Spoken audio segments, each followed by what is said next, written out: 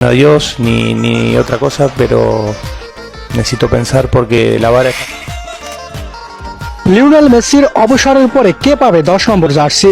প্রকাশ পেল তার নাম। হ্যাঁ দর্শক, বিস্তারিত থাকছে ভিডিওতে, ভিডিওটি না টেনে পুরোপুরি দেখার অনুরোধ রইল।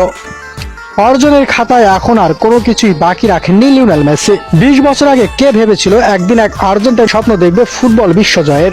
লিওনেল মেসি শুধু স্বপ্নই দেখেননি, সেটি বাস্তবায়ন করেছেন। ফুটবলের প্রেক্ষাপটে তিনি এক গ্রিক বীর, আলেকজান্ডার দ্য গ্রেট। গ্রিক বীর আলেকজান্ডার যেমন সমগ্র পৃথিবী জয়ের পণ নিয়েছিলেন, তেমনি কোনো এক সময় হয়তো মেসিও সমগ্র ফুটবল বিশ্ব নিজের আধিপত্য বিস্তারের পণ নিয়ে ফেলেছিলেন। 20 বছরের এই ক্যারিয়ারে নানা চড়াই উতরাই পার করে সাফল্যের শীর্ষে পৌঁছেছেন এই গ্রেট। নিজের দীর্ঘ ক্যারিয়ারে ভক্ত সমর্থকদের দিয়েছেন অগণিত আনন্দের সব উপলক্ষ।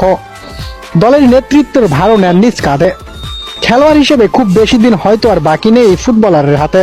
তাই এখন থেকেই মেসির পরবর্তী নেতা কে হবে তা নিয়ে নানান জল্পনা কল্পনা শুরু হয়ে গিয়েছে।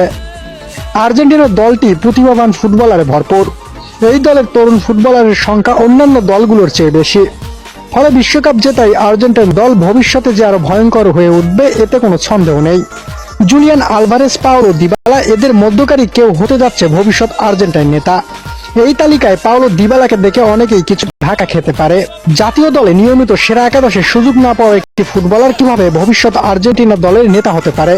উত্তর বেশ পরিষ্কার। সহজভাবে আক্রমণাত্মক ফুটবলার পাওলো দিবালা গোলের জন্য খেলতেই পছন্দ করেন। মেসির অবসরের পরে আর্জেন্টিনার আক্রমণ ভাগে যে শূন্যতা তৈরি হবে সেটি পূরণের সেরা অস্ত্র হবেন এই দিবালাই।